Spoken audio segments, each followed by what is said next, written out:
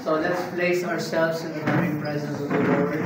We begin our prayer in the name of the Father, and of the Son, and of the Holy Spirit. Amen. Panginoon, salamat po sa kakali po sa atin ito. Isang pagkakataon namin na isang malaking komunidad pero nakakaisa po kami ngayon.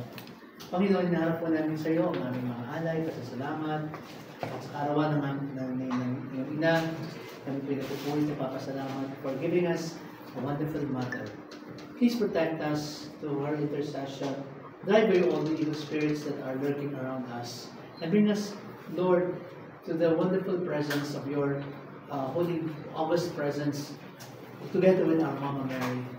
So, Father, we ask you to bless us and bless these gifts which are about to receive from thy bounty. To Christ our Lord. Amen. The Father, the Son, and the Holy Spirit. Amen. Birthday to you. Happy birthday. Si Mama Mary. Happy birthday. Happy birthday. Happy birthday to you. Mama Mary. Happy birthday. Waya kami. Sana ewa ya kami. Sana ewa. Sana ewa. Sana ewa ya kami. Maligayang bati. Maligayang bati. Maligayang, maligayang, maligayang bati.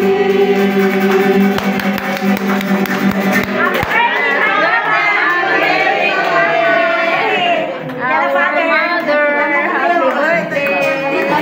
Kain na daw tayo. Wow! Nandito yung cake si Braso, ito.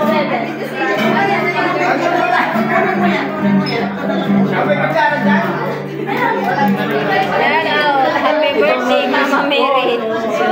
Ano yung sa pagkain na to? Kanafa.